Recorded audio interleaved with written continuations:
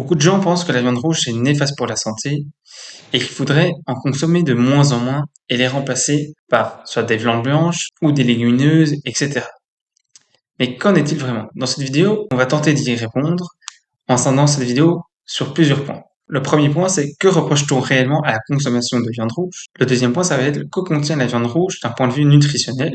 Le troisième point, ça sera que dit la littérature scientifique sur les effets néfastes qu'apporte la viande rouge. Le quatrième point, c'est est-ce que la viande rouge est plus nutritive ou moins nutritive que les végétaux? Est-ce que les protéines animales sont similaires aux protéines végétales? Et on va terminer par le dernier point, ce sera la conclusion et que faut-il faire attention lorsque tu consommes la viande rouge. Mais avant de commencer cette vidéo, si t'aimes ce que je fais et que tu veux m'encourager, tu peux liker et t'abonner à ma chaîne YouTube. Le premier point, c'est que reproche-t-on à la consommation de viande rouge? On lui reproche quoi réellement?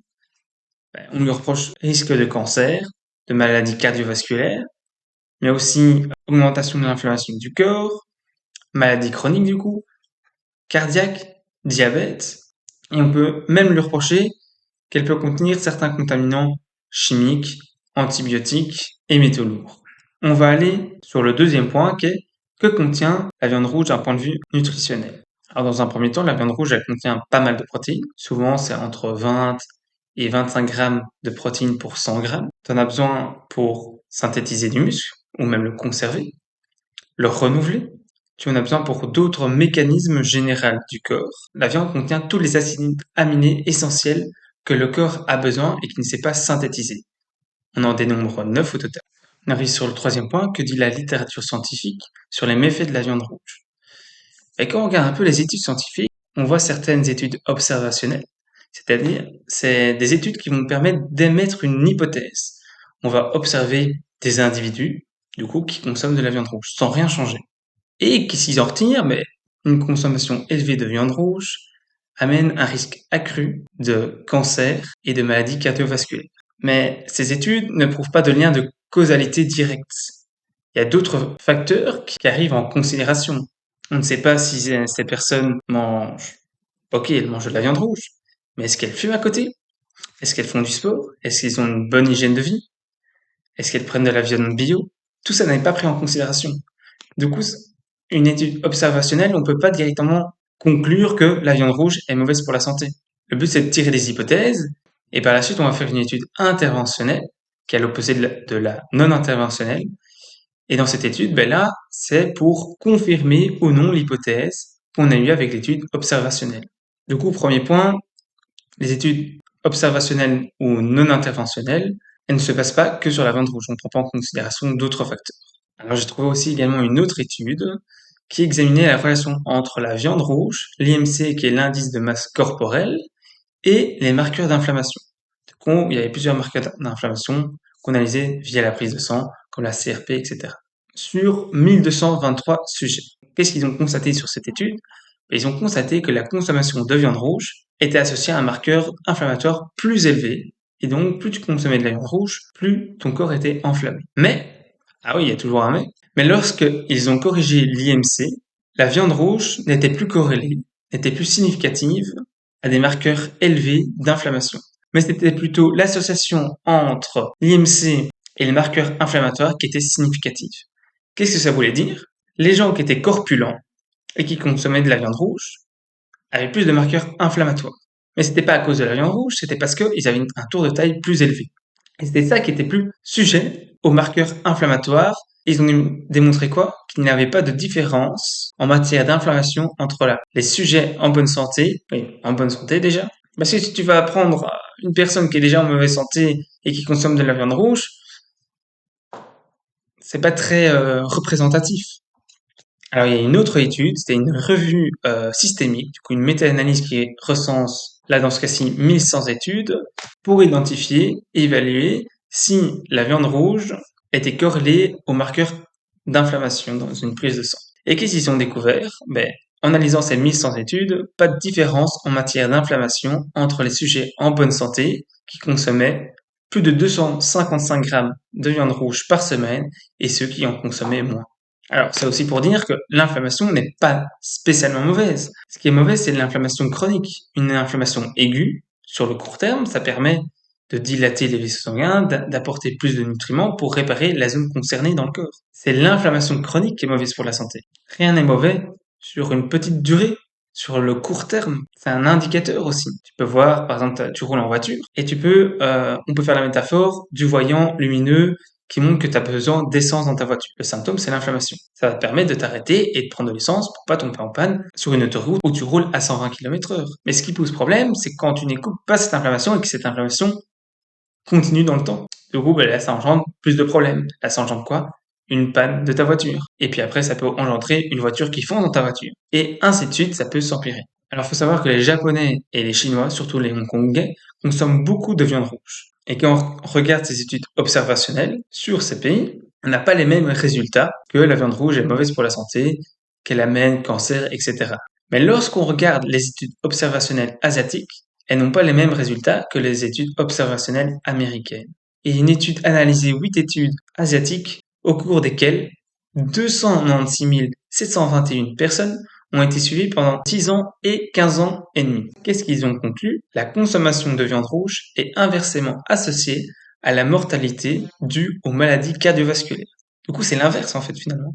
Chez les hommes et à la mortalité due au cancer chez les femmes dans les pays asiatiques. Pourquoi? En Asie, les gens qui mangent beaucoup de viande rouge sont en meilleure santé que les Américains qui mangent de la viande rouge. Les Américains, il y a beaucoup de fast-food, et c'est pas la viande rouge qui est mauvaise, c'est comment ils utilisent et la qualité de la viande rouge.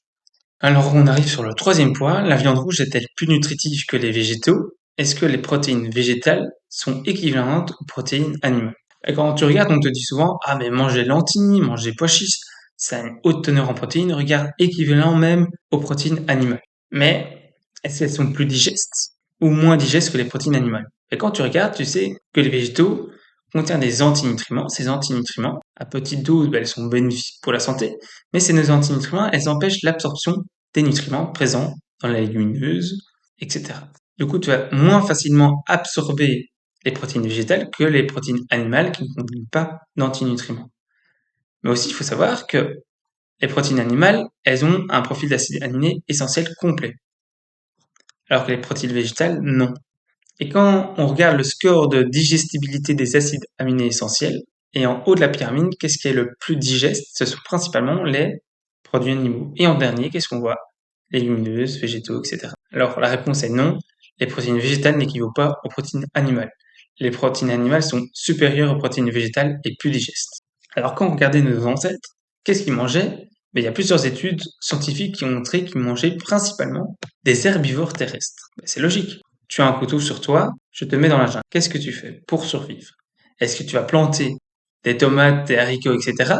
pour pouvoir te nourrir, ou tu vas plutôt tuer un animal? Un animal est plus nutritif que des centaines de plantes. La quantité de plantes que tu as mangées pour avoir le même apport que la viande, c'est gigantesque. Donc il faut remettre l'église au milieu du village. Pour 20 grammes de foie, tu dois manger des kilos de légumes. On va dire oui, mais c'est pas très digeste.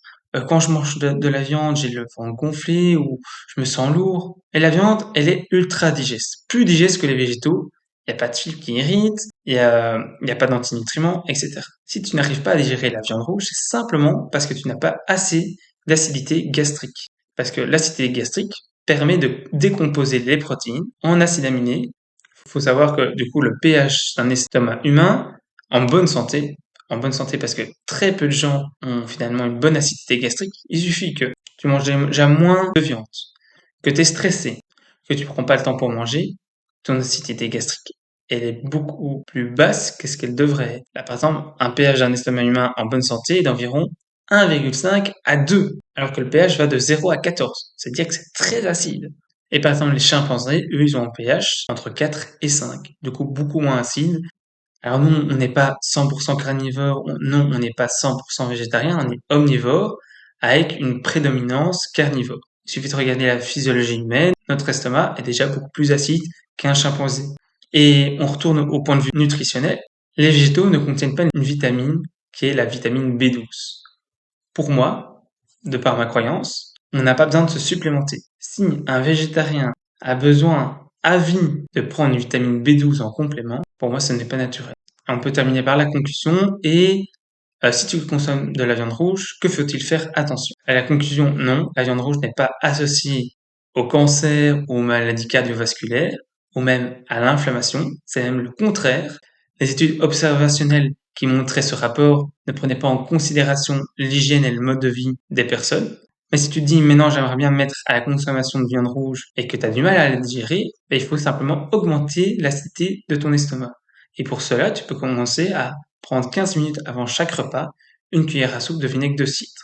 Ça va t'aider à relancer la production d'acidité gastrique. Alors que faut-il faire attention quand on consomme de la viande rouge? C'est déjà sa provenance. Prends un bœuf nourri à l'herbe et bio, parce que son profil d'acide gras d'oméga 3, t'as un bœuf d'élevage au pâturage a un ratio égal d'oméga 3 et d'oméga 6 de 1 pour 2. Un bœuf nourri à l'herbe a un ratio oméga 3, oméga 6. Oméga 3, c'est anti-inflammatoire, oméga 6, c'est inflammatoire. 1 pour 2, c'est un bon équilibre.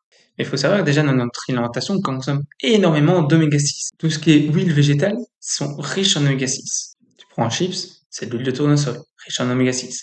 Du coup, déjà, en prenant même pas en considération la viande, tu sais qu'on a déjà énormément d'oméga 6 dans notre alimentation quotidienne. Du coup, en rajouter n'arrange pas les choses. Et quand il comparait un bœuf d'usine nourri au soja et au maïs, le ratio oméga 3 et oméga 6 dépassait 1 pour 7.